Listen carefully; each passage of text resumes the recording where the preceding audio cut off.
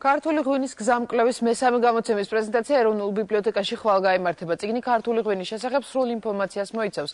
გამოცემაში ასევე საუბარია ნიადაგის, კლიმატისა და ქართულ ადგილწარმოშობის დასახლებების შესახებ.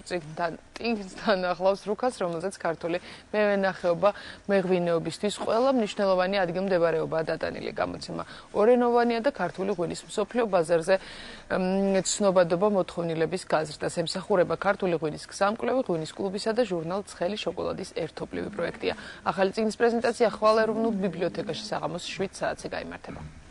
მოიცავს ინფორმაციას, თითქმის სრულ ინფორმაციას ქართული ღვინის შესახებ დაწყებული ისტორიიდან დამთავრებული ყველა სახეობის ქართული ღვინის დახასიათებით.